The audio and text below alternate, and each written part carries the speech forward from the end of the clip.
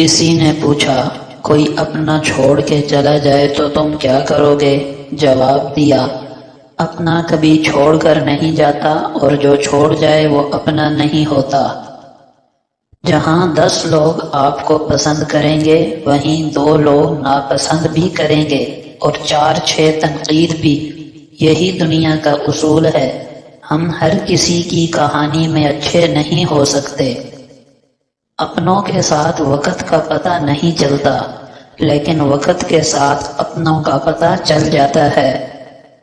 زندگی میں انسان اپنے ماضی میں گزرا ہوا سب کچھ بھول سکتا ہے، لیکن 2 لوگوں کو کبھی نہیں بھولتا، ایک جس نے مشکل وقت میں اس کا ہاتھ تھاما ہو اور دوسرا جس نے مشکل وقت میں اس کا ہاتھ چھوڑا ہو۔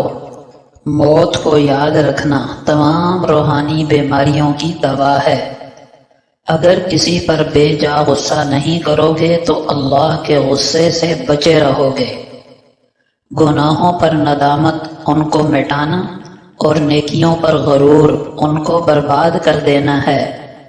سب سے بڑا عمل دعا، سب سے بڑا وظیفہ گناہوں کو چھوڑ دینا۔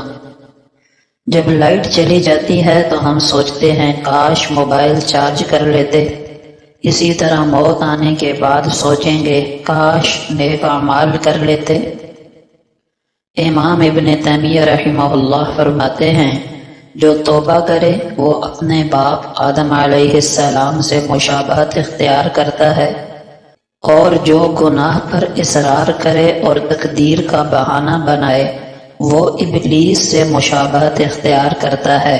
فائدہ: ہم ابن شیطان نہیں بلکہ ابن آدم ہیں، لہذا غلطی ہو جائے تو توبہ میں تاخیر نہ کریں۔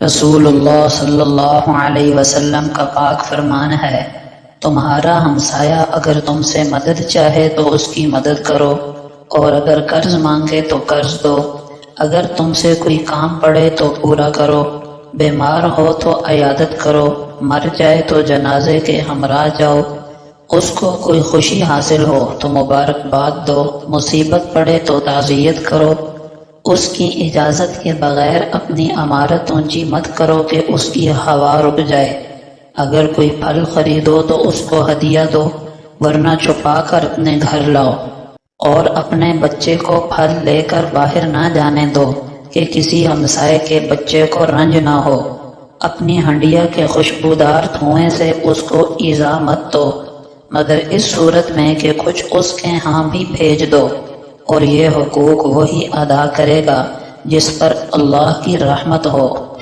نبی اکرم صلی اللہ علیہ وسلم کا فرمان ہے جب تم نماز کے لیے کھڑے ہو تو ایسی نماز پڑھو گویا کہ دنیا سے جا رہے ہو، اور کوئی ایسی بات منہ سے نہ نکالو جس کے لیے آئندہ عذر کرنا پڑے، اور جو کچھ لوگوں کے پاس ہے اس سے پوری طرح مایوس ہو جاؤ۔